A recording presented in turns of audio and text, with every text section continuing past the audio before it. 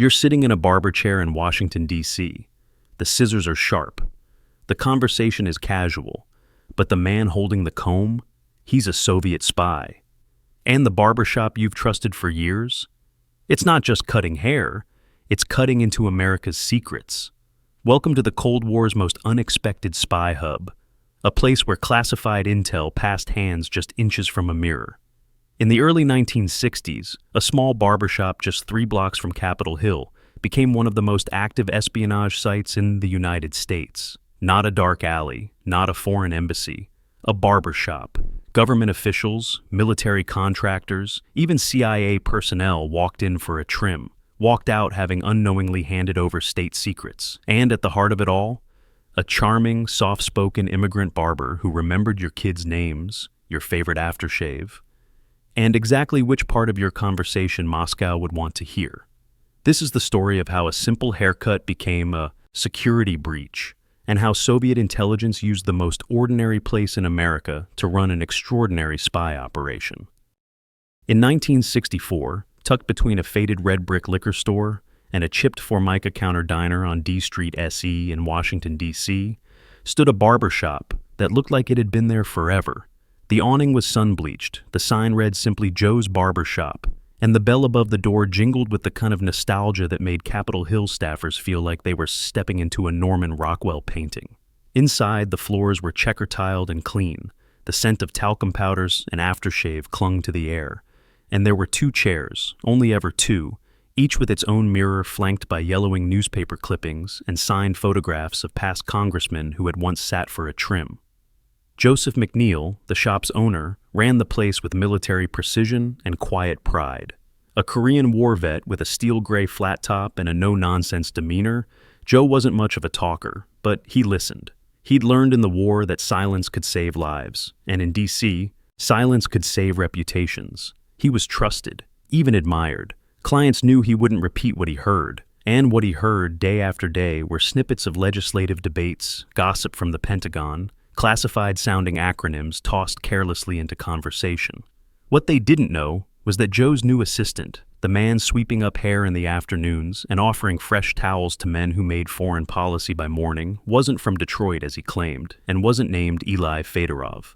His real name was Ivan Fedorov, a Soviet-born intelligence officer trained in psychology, American cultural mannerisms, and tradecraft so refined it could pass for charm. On paper, Eli was a naturalized Canadian who had moved south to pursue the American dream. In reality, he was embedded by the KGB's first chief directorate and operating under deep cover. His mission simple: listen, observe, extract. Eli didn't need microphones. The barbershop was the microphone, and the clients, they were the broadcasters. It was genius in its simplicity. Who suspected the man shaving your neckline of memorizing your comments about upcoming naval operations in the Pacific or noting your offhand remark about a White House staff shakeup? Eli was polite, unobtrusive, always ready with a smile and a straight razor. His Russian accent was buried under a Midwest drawl, and he deflected questions about his past with just enough humility to seem trustworthy. McNeil thought he was a hard worker, punctual and respectful, exactly the kind of young man the country needed more of. Customers tipped him well, even asked for him by name. But each morning, before unlocking the door, Eli would spend precisely 7 minutes in the utility closet out back. Inside, behind a false panel, sat a narrow wooden box lined with felt. There, he documented overheard conversations, transferred notes from memory, and concealed microfilm capsules inside used blade wrappers. When the first photos were smuggled out through diplomatic pouches to Moscow, Soviet analysts were stunned, not by the content, but by the source: a barber chair, a pair of clippers, and the subtle artistry of a man whose job was to never look like he was doing anything at all. The perfect cover had been established. Eli's arrival in Washington followed a path that, on paper, was flawless enough to survive even the most cursory scrutiny. His passport identified him as Ivan Elias Fedorov, born in Winnipeg to Ukrainian émigrés, educated briefly at a technical college, and employed sporadically in service trades before discovering a talent for barbering. The documents were immaculate: aging ink, authentic stamps, background records seeded years in advance through sympathetic clerks and forged municipal archives, and when immigration officials glanced through his file, nothing stood out. That was the point. Years earlier, in a nondescript training facility outside Moscow, Eli had been selected not for brilliance, but for invisibility.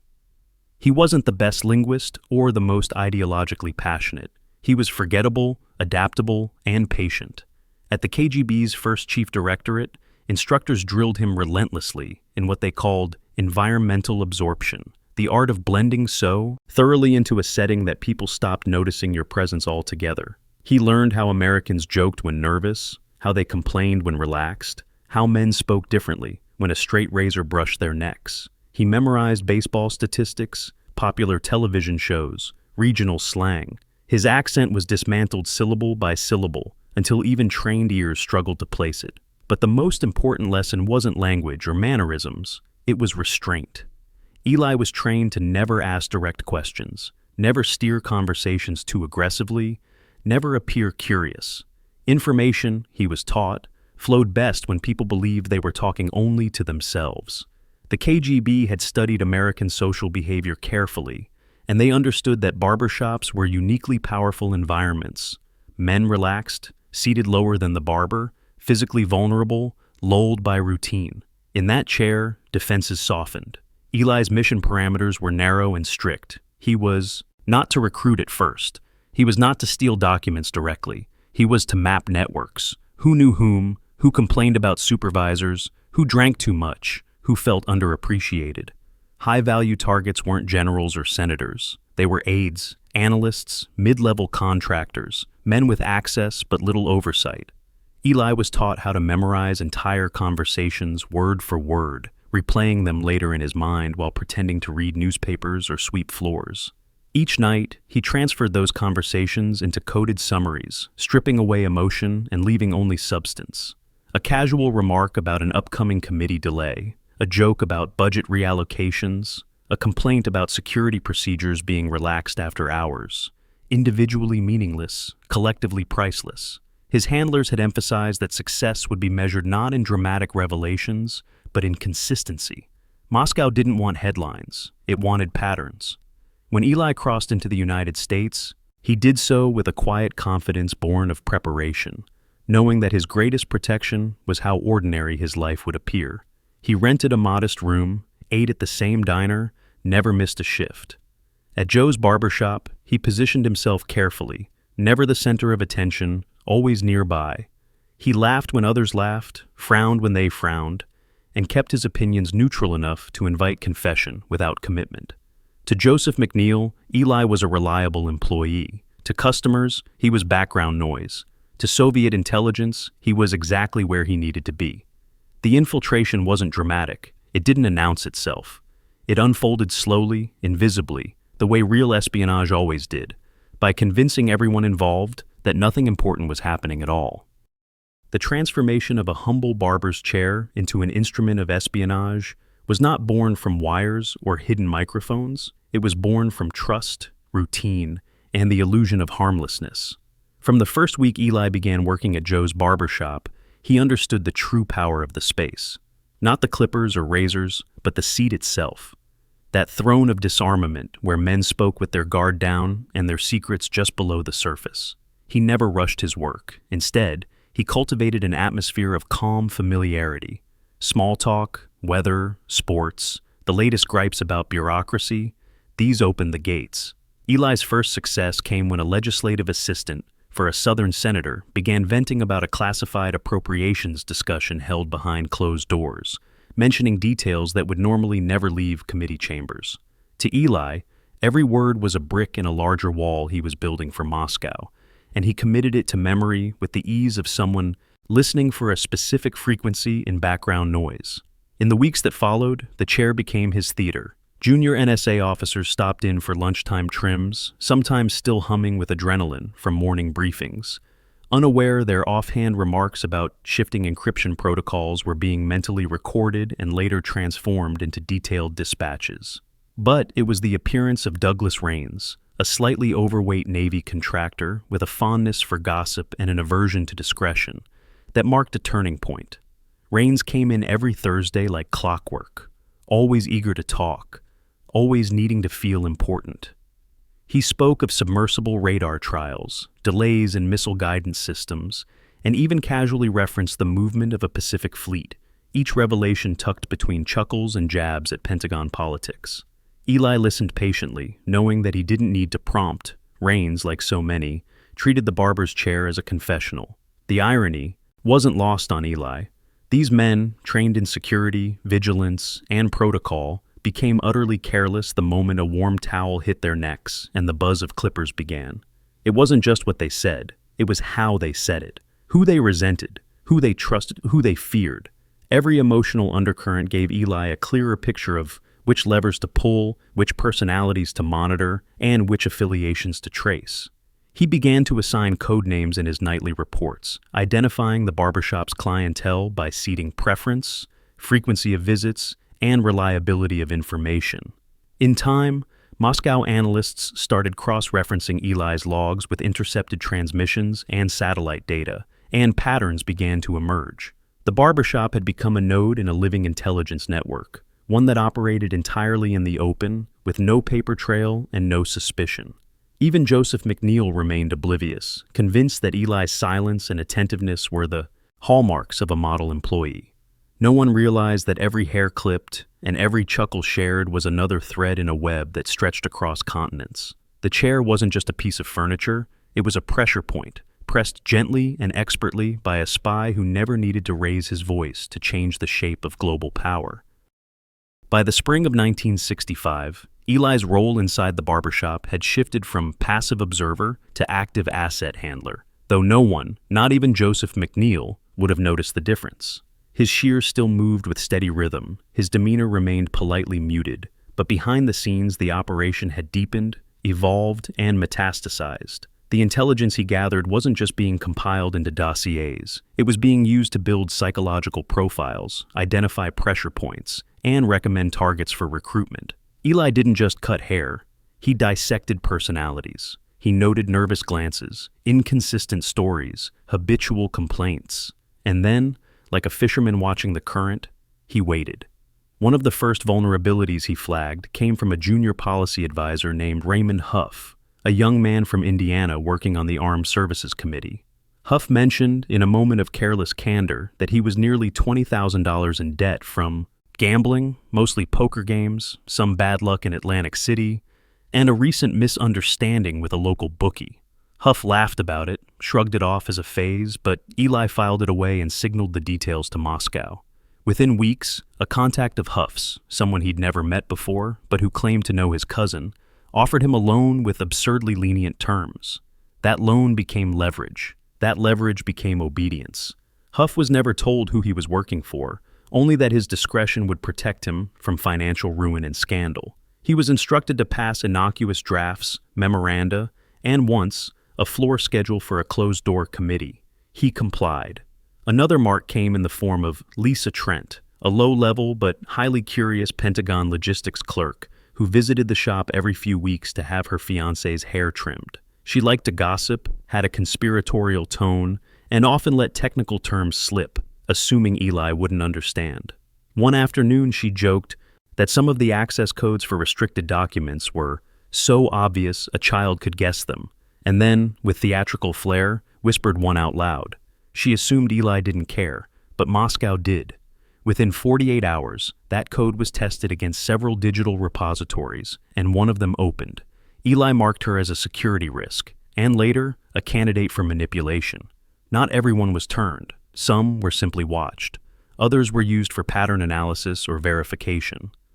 But one individual, a civilian contractor named Charles Chuck Vinter, became the barbershop's first full-fledged recruited asset. Chuck was affable, well-connected in defense procurement, and quietly bitter about being passed over for promotion. Eli cultivated him with casual respect and subtle flattery, asking occasional follow-up questions about Chuck's work, always feigning ignorance. When the time was right, a separate handler, posing as an arms industry researcher, offered Chuck cash for general insights. Chuck agreed. He didn't think it was spying, just consulting. And so the barbershop transformed. No longer just a listening post, it became a recruitment pipeline, a staging ground, where psychological manipulation was tailored by way of clippers and casual conversation. Each chair spin, each offered coffee, each memory of a previous story shared was part of a meticulous design. Eli's scissors still gleamed under the barbershop lights, but they now served a dual purpose: to trim hair and trim away at the veil, separating ordinary Americans from the deepest ambitions of Soviet espionage. The hub was live, and the web was growing. Behind the gentle hum of clippers and the scent of Bayrum aftershave, past the shampoo station and beneath the neatly folded towels in the cramped backroom of Joe's barbershop, Eli had constructed what he called the drawer. To any casual eye, it was nothing more than an old utility compartment beneath a shelf of combs, neck strips, and half-used bottles of barbicide, but hidden behind the false panel of the drawer was a velvet-lined cavity designed with painstaking precision. It was there he stored the microdot transfers, the coded summaries written in invisible ink, the film capsules disguised in ordinary barber supplies.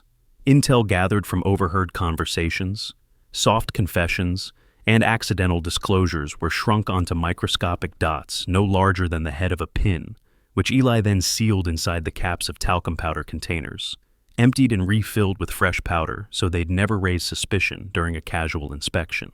Razor blade wrappers were another favorite.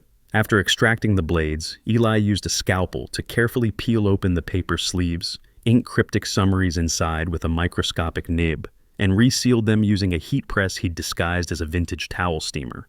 Sometimes, when the stakes were high, he'd develop 35mm photographs, blueprints, budget documents, hand-sketched reconstructions of overheard wargame scenarios, and insert the film rolls into modified tins of shaving cream, which he'd then deliver to a local Soviet diplomatic courier, posing as a supplier's assistant. To the public, the barbershop was nothing more than a reliable corner spot where politics and grooming intertwined. But to Moscow, it was a living node of intelligence collection, pulsing data at regular intervals through prearranged dead drops.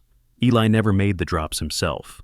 The barbershop's discarded trash bin was the intermediary, its liner carefully arranged so the night's bag was distinguishable by a subtle white chalk mark inside the left corner. A man in a janitor's uniform would collect the bag at precisely 10:42 p.m. from the alley behind the shop every Thursday, then disappear down the service road. It was perfect. Until it wasn't. On a humid August evening, the shop's usual cleaning lady, Mrs. Lucinda Torres, was covering an extra shift after her cousin called in sick. She was thorough, efficient, and worked with a rhythm that made her indispensable to Joe, who valued cleanliness as much as patriotism. As she bent to mop under the backroom shelves, her foot caught the warped edge of a wooden floorboard that had been loosened by weeks of Eli's careful drawer access. She stumbled, cursed under her breath, and instinctively pushed the plank back into place, only it didn't settle. Curious and slightly annoyed, she pried it loose and found a hollow underneath. Within seconds, her hand touched the edge of a small velvet pouch. She didn't open it. She didn't need to. Inside was a packet marked in Cyrillic, a scrap of photo paper, and what appeared to be instructions coded into a numeric grid. Lucinda, already jittery from the creaks of an old building at night, left the pouch where it was, closed the floorboard, and walked out of the shop without finishing her shift. She didn't say a word to Joe, but she made a phone call that night to her cousin's brother-in-law, a junior security officer at the Department of Defense. That stumble, small and unintended, would ripple outward in ways that Eli could not yet imagine. The drawer was no longer invisible. The floor had given him away. Mark Radley had always considered himself observant, not just because he was a CIA analyst trained to notice discrepancies, but because he had the kind of quiet, suspicious nature that turned even minor coincidences into patterns worth investigating. For nearly 2 years, he'd been a regular at Joe's barbershop, preferring the calm atmosphere and the predictability of a Tuesday morning cut with Eli, who never overstepped boundaries and seemed to possess an uncanny memory for names, birthdays, and trivial preferences like Radley's aversion to warm shaving cream. But something shifted in late September of 1965. It began with questions that didn't quite feel like small talk. Eli asking if Mark was still working on those satellite files, when Mark had never mentioned them directly, or making oddly specific jokes about interagency coordination meetings that had been closed-door affairs. Once, Eli had referenced a delayed Mediterranean deployment with a wink and a tone that suggested familiarity, even though such information had only been discussed 2 days earlier in a skiff at Langley. At first, Radley brushed it off as coincidental. Maybe Eli was repeating rumors heard from other clients, but the pattern grew. Too many references, too many subtle nods toward things that shouldn't be in the public ear. Mark kept his suspicions to himself, but he began taking notes after each haircut. What Eli said, what he seemed to know, even what other customers were in the shop. After 6 weeks, Radley compiled enough oddities to quietly bring his concerns to his superior at the agency. The reaction was immediate but cautious. The barbershop was, on the surface, harmless, but the possibility of Soviet infiltration using such an unassuming front was not unheard of. Langley greenlit a tiered surveillance plan, codenamed Operation Whispers Here, that would unfold gradually, with deniability and discretion at the forefront. The operation began with routine, foot traffic observation, a rotating cast of undercover agents posing as customers with varying backgrounds, some as low-level staffers, some as nervous whistleblowers, to bait Eli into overreaching. Microphones were planted inside the walls of the adjacent liquor store and diner, aimed at capturing faint vibrations through the barbershop's shared drywall. A third was installed in the duct vent above the waiting bench under the guise of repairing an HVAC unit. At night, covert operatives would enter the back alley and sweep for drops, noting anything discarded or retrieved, watching patterns of movement. The tapes began to pile up. Analysts at Langley combed through hours of innocuous banter, but buried within were fragments of conversations, where Eli redirected chatter, subtly tested for reactions, or appeared to feign ignorance when challenged on his surprisingly accurate knowledge of military logistics. His tone never betrayed urgency, but his curiosity was surgical. The agents noticed how often the same few men came in and sat in Eli's chair, how frequently one of them changed his phrasing after Eli gently prodded him. By the 3rd month, the CIA had documented Eli's consistent presence in nearly every surveillance hit, linked to overheard sensitive disclosures. Whispers Here shifted into Phase 2, the collection of hard evidence. A new agent, posing as a disgruntled communications officer, would soon test Eli's willingness to handle planted intel. But for now, Langley watched and listened, and Mark Radley sat quietly in his chair every Tuesday, eyes scanning the mirror. Not to admire the haircut, but to watch the reflection of a man who might be the most dangerous barber in Washington. The trap was set with meticulous care, orchestrated between the FBI's Counterintelligence Division and the CIA's Directorate of Operations, with British SIS providing the net to catch the splash. It began with a man named Alan Dover, a 29-year-old Navy reservist turned agency mole, whose nervous mannerisms and fabricated access to a classified submarine propulsion contract made him the perfect lure. Dover was briefed in a soundproof basement in Langley, fed enough technical jargon to sound convincing, and given a backstory that included a fictional uncle at General Dynamics and recent disillusionment over bureaucratic red tape. He entered Joe's barbershop on a rainy Tuesday in January 1906, asked for Eli by name, and waited in the vinyl chair with trembling knees and a shaky smile. Eli, as always, was composed, seemingly indifferent, but from the moment Dover casually mentioned working in procurement for the next-gen sub-project, his attention sharpened in a way that didn't touch his face but lived in the subtle shift of his posture. Over the course of 2 haircuts spaced a week apart, Dover gradually let slip details, deliberately crafted lies, about an advanced magnetohydrodynamic propulsion system supposedly under review by the Navy, along with a subtle complaint about how even the Brits don't know we're changing the signal masking parameters yet. Eli didn't ask for documents, didn't press. He simply offered a safe space, a grunt of sympathy, a nod that said, "People like us know things no one appreciates." That was all it took. Eli passed the bait forward using one of his usual methods, a sealed powder tin in the Thursday garbage bag, chalk-marked for pickup. 47 hours later, a GCHQ intercept flagged an outgoing Soviet diplomatic transmission from their Washington station to Moscow. The code was familiar. Inside was a terse but specific summary referencing potential propulsion advances in U.S. submersibles, alongside a term lifted directly from Dover's scripted dialogue, Delta 9 masking drift. It was fake, pure fabrication, and now Moscow believed it. The moment the intercept was authenticated, the operation's alarm bells rang at both Langley and Hoover. The barbershop was burned. Whispers Here went from surveillance to containment in a single afternoon. The CIA quietly withdrew its assets, the FBI took the lead, and plans were drawn to execute a search warrant under sealed authorization. Eli remained oblivious, still offering clients warm towels and polite nods, while across the street in a parked van, a team of agents monitored every move. Joe McNeil was briefed at dawn the following day, told in no uncertain terms that his assistant posed a national security threat, and that full discretion was required. Joe, devastated and confused, agreed to stay silent until the arrest. That night, as the barbershop closed, Eli placed his final bag in the bin behind the alley, marked with the same chalk signal he'd used dozens of times before, but this time, 2 agents were already waiting in the shadows, gloves on, flashlights ready, hearts pounding. The drop was retrieved, bag tagged, and within it, a second note referencing Dover's submarine story, now laced with deeper probing questions from Moscow. It was enough. The sting had worked. The line had been baited, cast, and hooked. Now it was time to reel. The rain came down in cold sheets that Thursday morning, slicking the pavement outside Joe's barbershop and muffling the sound of the government sedan that parked across the street just before 8 a.m., its windows fogged from the heater blasting inside. 2 men in tan trench coats stepped out, carrying clipboards and wearing the expressionless faces of federal procedure, and by the time Eli unlocked the front door at 8:05, they were already walking toward him, shoes tapping briskly on wet concrete. "Health inspection," the taller one said without breaking stride, flashing a forged credential so swiftly and confidently that neither Eli nor Joseph McNeil thought to question it.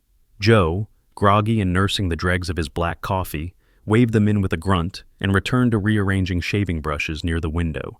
Eli didn't flinch, didn't falter. He merely offered a polite nod, held the door, and followed them to the back as they asked about towel sanitation, blade, disposal, and ventilation systems.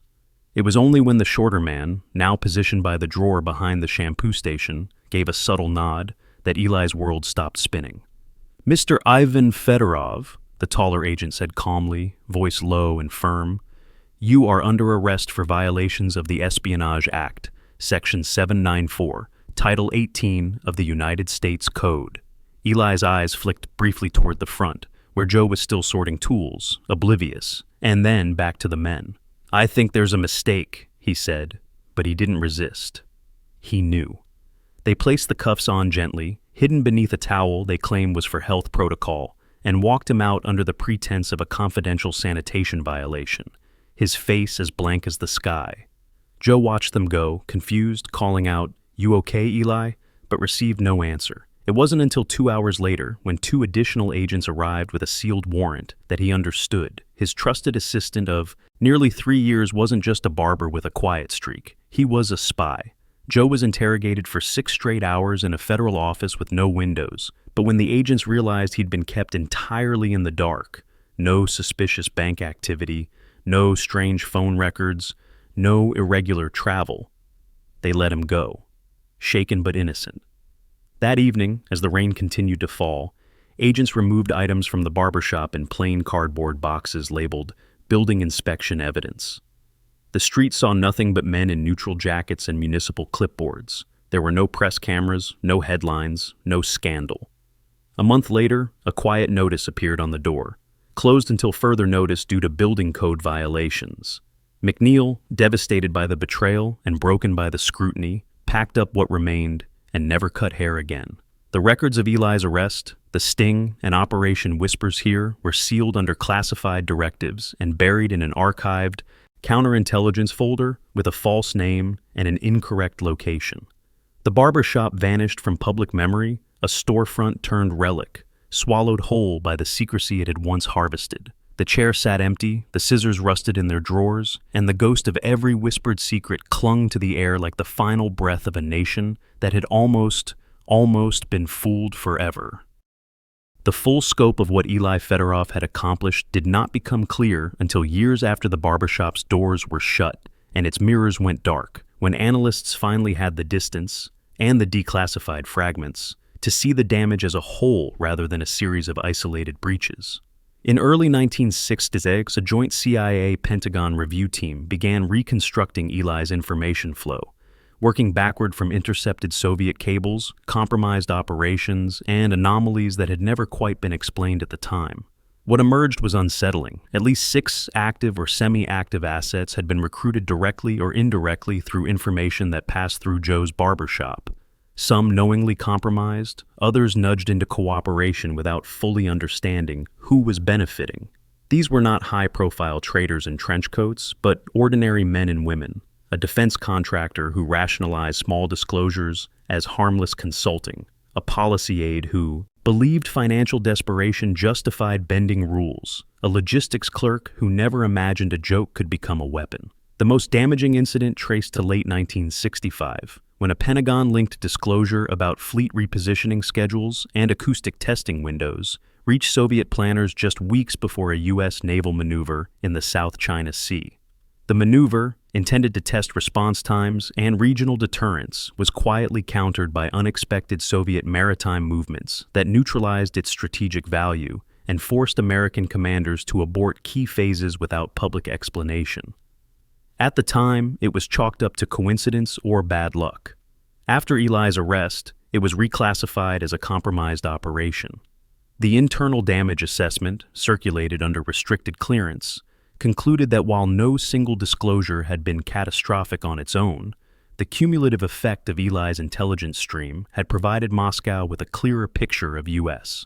decision-making rhythms, internal frictions, and operational timing than any one mole inside a secure facility ever could have.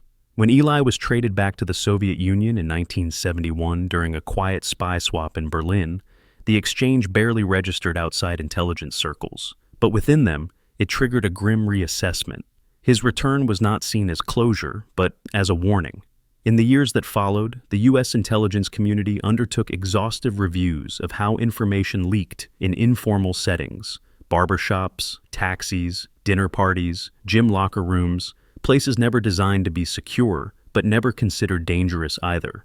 Training manuals were rewritten. Security briefings expanded beyond document handling to behavioral discipline. Analysts were taught that secrecy did not end when a badge was removed or a building exited.